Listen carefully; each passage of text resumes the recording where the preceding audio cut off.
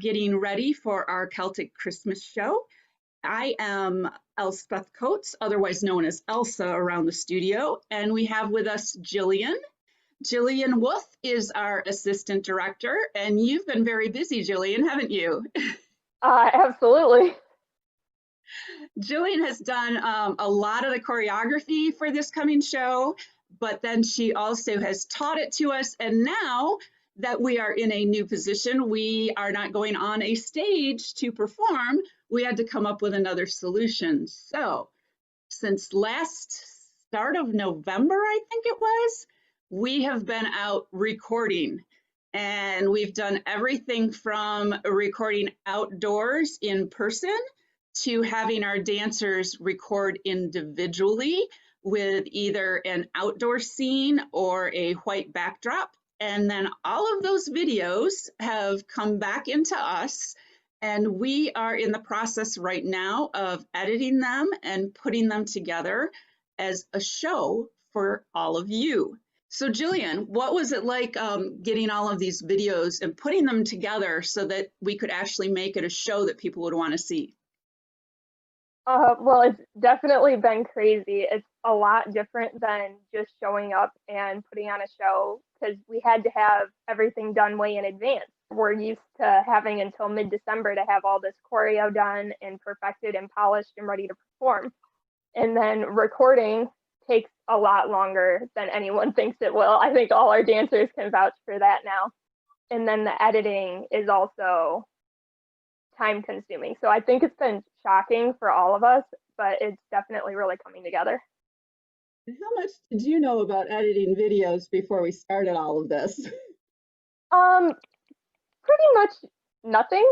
So I had started making video tutorials with like multiple Jillians for my students so they could see the full visual of the dance, but those were just practice videos and never left our private Facebook pages.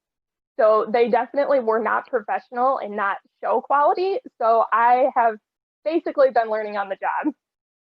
Yeah, so all of us that are doing this, we're doing it with no experience. We had to find software we were comfortable with. We had to learn that software to be able to put it together. We knew we could not afford to go out and hire a professional company to come in and edit all of this stuff for us or even record it for us. So all of these recordings are done on either a phone or a handheld video camera that's on a tripod or different things. It would be very interesting for you to see some of the setups we did when we didn't even have a tripod and we were piling them up on books to get it at the right height and the right angle to get a video. But I'm hoping that when people are watching this, they will have no idea how backyard videotaping went into this and that it will look like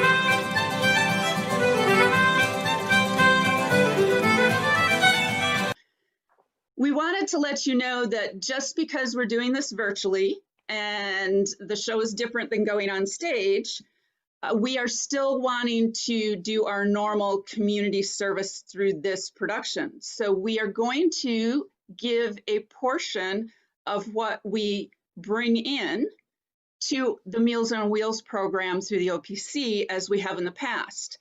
But to do that, we don't want to have to charge a ticket price or anything like that for you to get access to the stream. So the stream is going to be available to anybody and everybody that wants to tune in next weekend. It will be broadcast in two parts because we have probably 2 hours, maybe more. We're still putting it all together to see how long it's going to be. And we thought that would be kind of long to sit still in front of a TV or computer screen or whatever you're using to watch the stream. So we wanted to break it up. We're going to break it up into two parts. We will be broadcasting both Saturday and Sunday, December 19th and 20th at 7 p.m. The broadcast will go on YouTube, just like you're watching now. This is actually going to stay on YouTube, but the broadcast next weekend isn't going to stay. One of the things we had to do when we were putting together the show is to know that we know all of the copyright laws and what we can do when we put a show on, but we had to actually figure out what can we do when we stream and when we put things on the internet, because there are a lot of copyright laws. We want to honor those copyright laws and the people who've taken the time to put music together and all of those things. So the only things that we can actually put on the YouTube channel and leave them there are ones that are free for anybody to use, that don't have copyrights for a particular artist. Unless we want to contact that artist individually, see if we can get permission to use their music and do all of that type of thing, or pay a royalty to them for using their music. So going into this show, we were like, okay, what are we going to do? Because we're going on YouTube, we're going on the internet, we're going to be broadcasting this to everybody. So we looked a lot into the different licensing, and ASCAP has assured us, there's actually in print on the website if you want to look for it, that as long as we're streaming it for a non-revenue type of purpose, we can go ahead and do that, but we can't leave it there. So it's a one-time stream. It'll be out there for you to watch at 7 p.m. each day, and then it's going to disappear because we don't have the rights to leave that out there. So you will want to make sure that you have alarms set and that you are sitting in front of your computer or TV or whatever you use to stream. I know if you have like a Roku or different things like that, you can actually stream right on your TV. So it'll be just like sitting down and watching your Saturday or Sunday night TV show. And we will be there, we will be streaming, but it will disappear when the show's done. So hopefully that will give you incentive to be there. I wanted to give you kind of a background look at who we are as a performance company. And I want to do that in a sense that we are going to debut for you right now, because you guys tuned in. You're going to be the first ones to see this. But one of our dads put this together with some recordings that I had done of interviews when we started our lockdown, because I wanted to encourage our dancers and have them thinking about all the reasons why they're part of our performance company and what they enjoy about this. So we did kind of a little impromptu interview over the summer with some of our dancers to just give them a chance to tell us what they love about being part of the Motor City Irish Dance, both our academy, taking lessons, and being part of our performance company. So I think you'll really like this. You did a fantastic job. So here is your first look at our new promo video. My name is Marcel. I'm Sky. My name is Anna. I'm 11. I am Tracy Hackle. My name is Ainsley O'Neill. I'm Tegan Streck. I am 12 years old. My name is Taryn. I am Kira Shogun. I definitely enjoy performing so I can show a lot of people Irish dance. What I like about Irish dance is just the showmanship. We got very intricate footwork from if you're dancing hard shoe. It's The choreography, I love the choreography because it's so different and unique to everybody else. As soon as we start performing, you can see, we just start and all of a sudden a crowd gathers because you can just hear everybody's shoes. I love making the audiences happy and seeing their reactions. There was probably 20,000 people, and we were on the main stage. And I don't think I have ever in my life felt that kind of energy. We build off the energy of the crowd, and when they get super into it, we kind of match that, and it really shows in our performance, which is one of my favorite parts. Of everything, I think I really like company a lot. It's just fun to learn new fun dances and perform with your friends and stuff.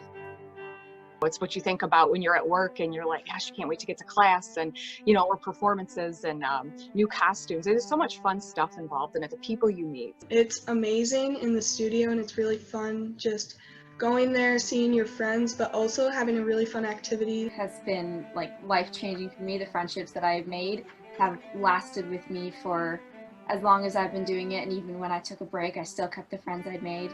You have a dance family there. You have singers, dancers, musicians, and all of those put together is just one big family, and it's amazing.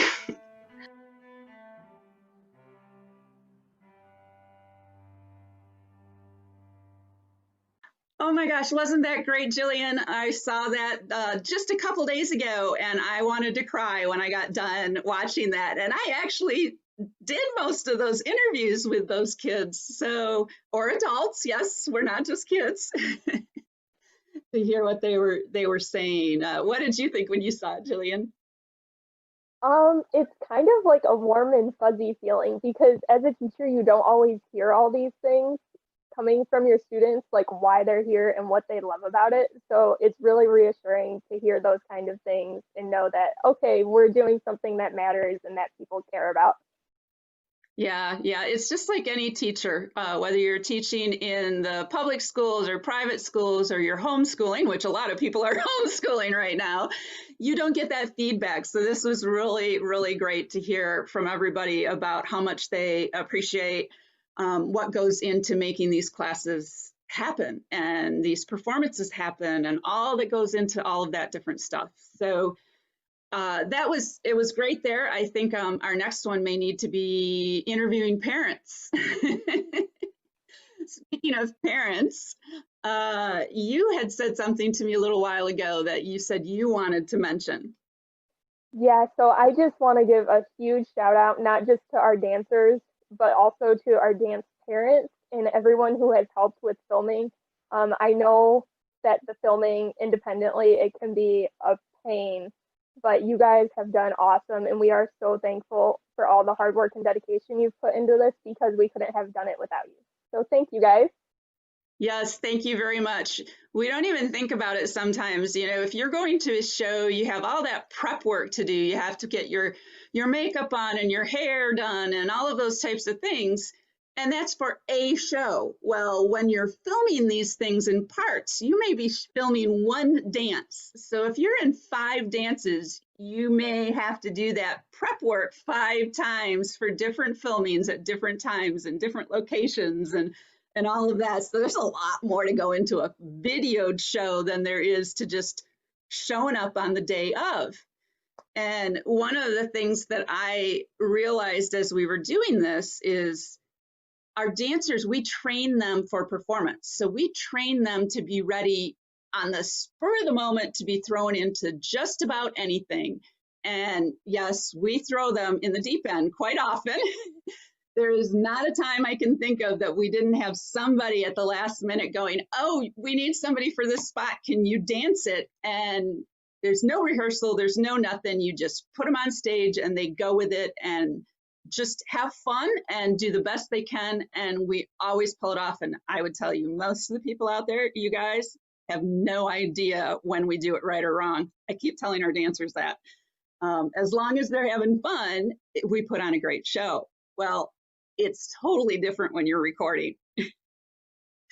And our dancers would turn in recordings and go, that was so hard, because they don't have other dancers with them. They don't have the energy of the crowd in front of them. you don't have anybody to play off of, and different things like that. So it is a whole different experience. So we would love for you guys to put some comments in the chat area and just kind of give them some feedback during the show when you're watching it next week, to let them know, because that is our crowd feedback that we're not getting when we're standing on stage. So encourage them, let them know that all the work they're putting in is appreciated, because we're all doing things at home and it's been difficult, and they love what they do. And this is just a great chance for them to hear from you guys as to what it is that you enjoy about watching us dance. And we ask you to please take some time and to spread the news. Let people know there's no cost to this. Anybody can tune in. They can see what we do. Maybe you're out there watching and you kind of get the urge to say, I wish I could do that. And yes, you can, because everything's virtual. It doesn't matter where you are.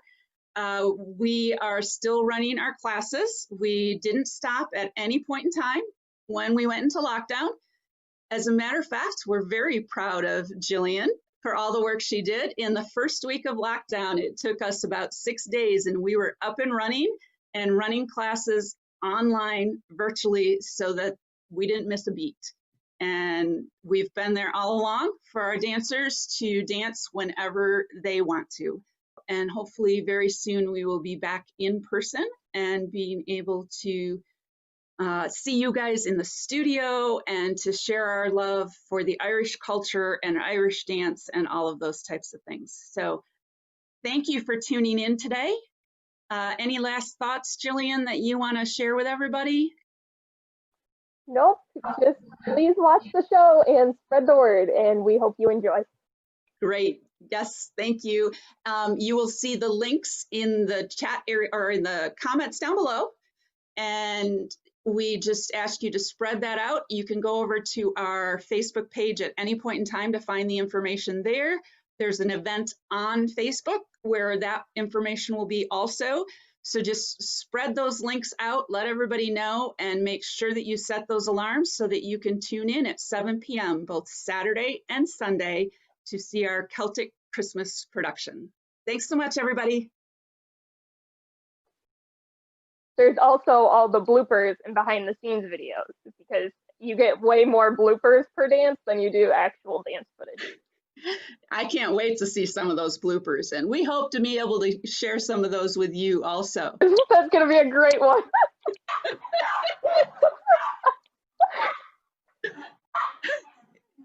It costs for the software we had to get. It costs for the doorbell ringing once again.